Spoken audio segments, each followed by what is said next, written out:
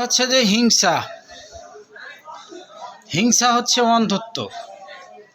এটা কুসংস্কার। এক এক মানুষ এক এক রকমভাবে হিংসা করে। যার যেরকম স্ট্যাটাস সে সেরকমভাবেই হিংসা করে। বিশেষ করে আমাদের দেশের মানুষগুলাই হিংসাকে প্রশ্রয় দেয়, হিংসাকে খুব ভালোবাসে। তবে সবচাইতে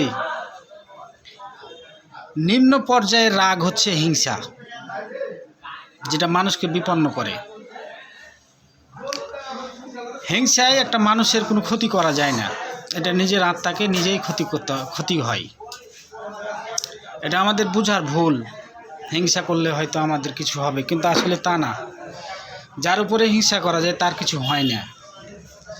আপনি করছেন হিংসায়, আপনি বিপন্ন হচ্ছেন, ক্ষতিগ্রস্ত হচ্ছেন। অতএব হিংসা ছেড়ে দেন।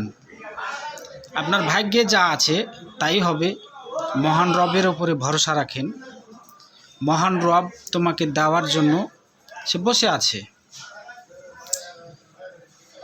অতএব হিংসা ছেড়ে দেন, আল্লাহর উপরে ভরসা রাখেন, নিজের ডিভিশনে নিজে এগিয়ে যান, এই প্রত্যাশা।